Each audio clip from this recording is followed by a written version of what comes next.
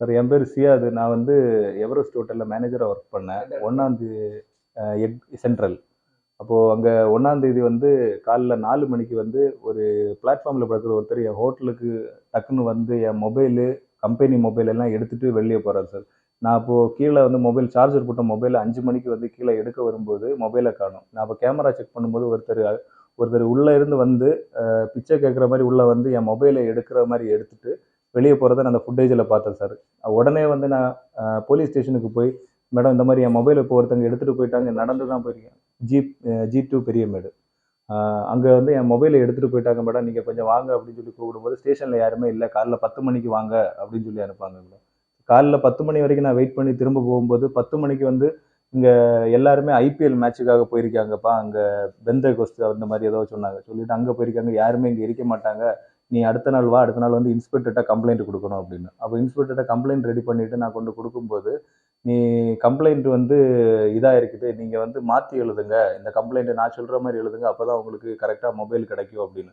அப்போ வந்து நான் வந்து அந்த கம்ப்ளைண்ட்ட கரெக்ஷன் பண்ணி அவங்க சொல்றது மாரியே ஸ்டேஷன்ல வச்சு எழுதுனேன் சார். எழுதி வந்து இந்த மாரி மொபைல் வந்து எனக்கு 2 மொபைல் இஎம்ஐ நம்பர் டீட்டெயில்ஸ் எல்லாமே எழுதி குடுத்துட்டு, சிஎஸ்ஆர் காப்பிக்கு வேண்டி நான் ஒரு 4, 5 நாளா வந்து திரும்ப திரும்ப ஸ்டேஷனுக்கு போறேன்.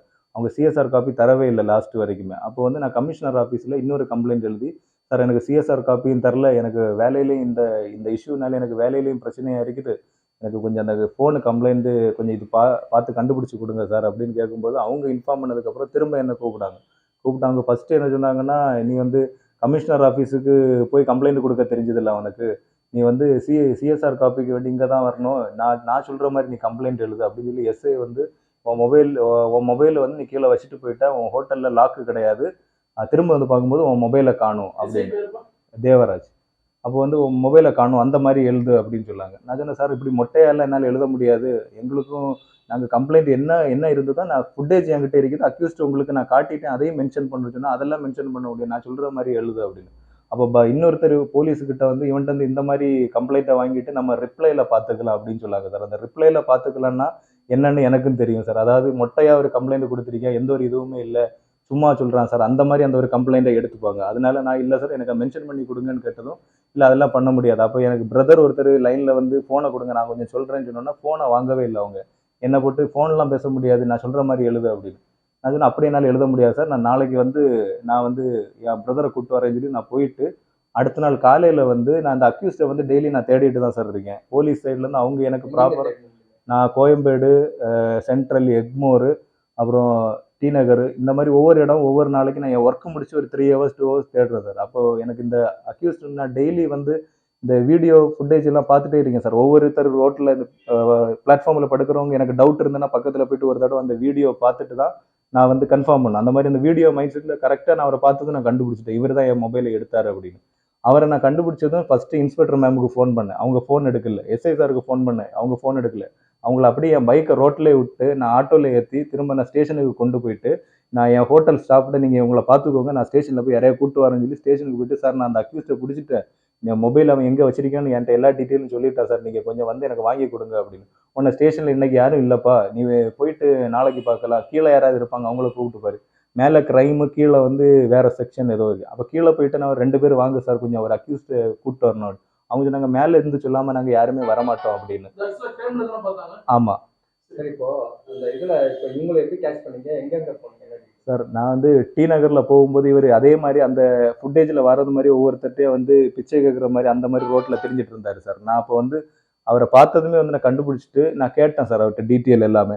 கேட்டதுமே அவரு கரெக்ட்டா சொல்லிட்டாரு. நான் முதல்ல எடுக்கலைன்னு சொன்னதும் ஃபுட்டேஜ பார்த்ததும் அவங்க வந்து இல்லப்பா நான் தான் எடுத்தேன் அப்படின்னு சொல்லிட்டாங்க சார். உடனே வந்து நான் நேரா வந்து ஸ்டேஷனுக்கு தான் சார் கூட்டிட்டு போனேன். ஸ்டேஷனுக்கு கூட்டிட்டு போயிட்டு தான் என் ஹோட்டல்ல அவங்கள வச்சுட்டு நான் வந்து ஸ்டேஷனுக்கு டைரக்ட்டா அவர்ட்ட போய் சொல்லிட்டேன் இந்த மாரி.